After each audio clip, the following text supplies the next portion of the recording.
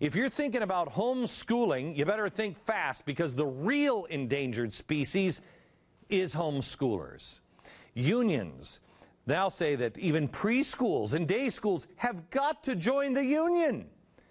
That's the first entrance. The unions don't want you to homeschool. The NEA is openly against it. We often hear opponents warn of homeschooling dangers. Oh, the inadequate standards of academic quality. Oh, it's crazy. So I want to get my hands around this one, okay? See if we can understand this. What they're trying to say here is if you homeschool your children, they won't be as smart as those in public schools like these. Can you name one Democratic candidate for the 2012 presidential campaign? No. Nope. You can't do that one either. In what war did the U.S. gain its independence? I don't know. The British War. The Civil War? That one. That one. That one. That one. Sounds so much better when I can't hear him because I have these on my ears. Boy, I hope my kid will be that smart. I've never met a homeschool kid who said something quite that stupid. But that's only danger number one. Danger number two, of course, lack of socialization with peers of different ethnic and religious backgrounds. Okay. All right. So what that's saying is, your kids are going to be, hillbilly racists if they don't go into a public school. Because the kids in public school, they're not racist at all. They don't make a living for themselves. They just drop out of high school. I'm going to have kids. I'm going to get a welfare check. I'm going to get my GED. I'll get my GED. I'm going to go work at McDonald's. And, if I keep having my babies, Shaniqua, Liko, and Jaqueque, I'll keep getting my welfare check for having my babies. Oh. So we're hoping that we can put our kids into public schools and then they'll be just as good as these public school kids. Okay, all right. So your kids will be smart and they won't be racist. All right, got it. So far, public school is, boy, you're setting the bar pretty high there.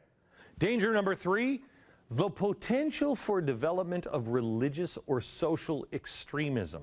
Oh, man, those crazy religious zealots and extremists. Boy, you are right.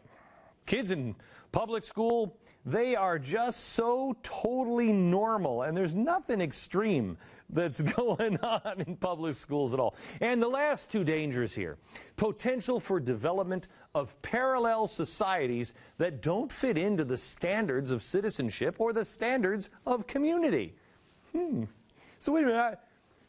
That there might be a secondary society that wouldn't be like the current standard of the community.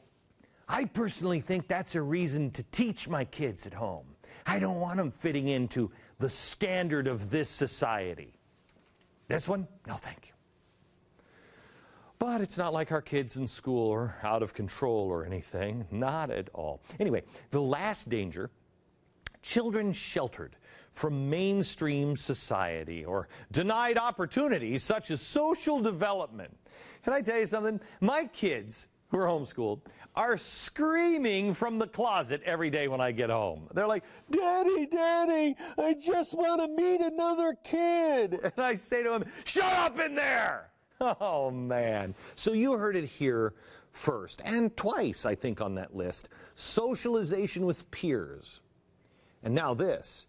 It's impossible to enter society unless you do it through a public school. You certainly can't do it at church. You can't socialize with a neighbor. You can't socialize at a local store. Can't socialize at the local restaurants, the Little League, the dance classes, the ballet classes. You can't do it. Man, you can't socialize in a public park.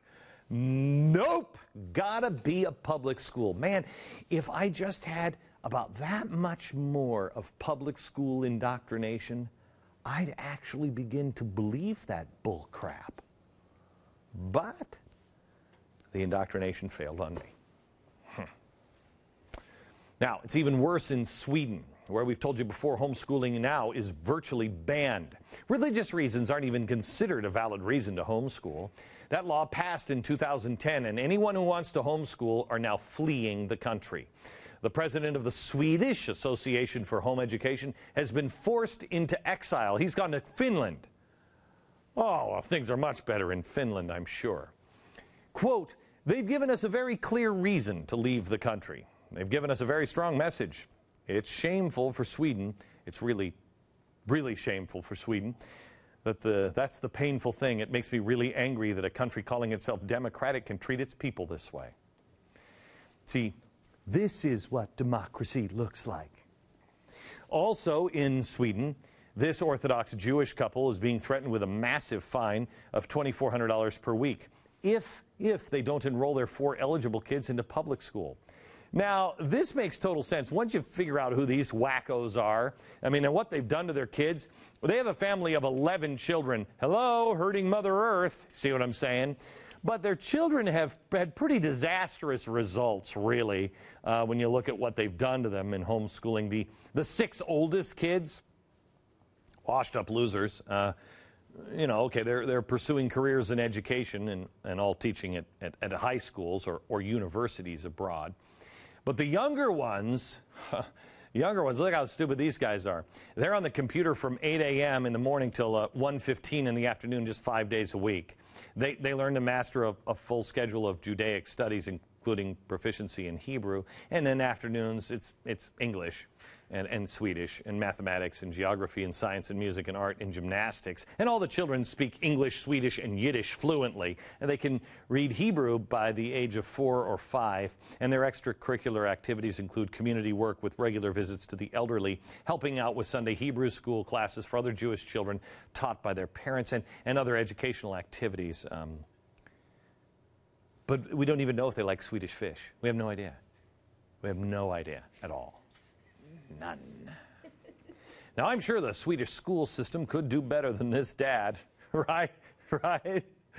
I don't think so. There's one more story I want to share with you right here from home.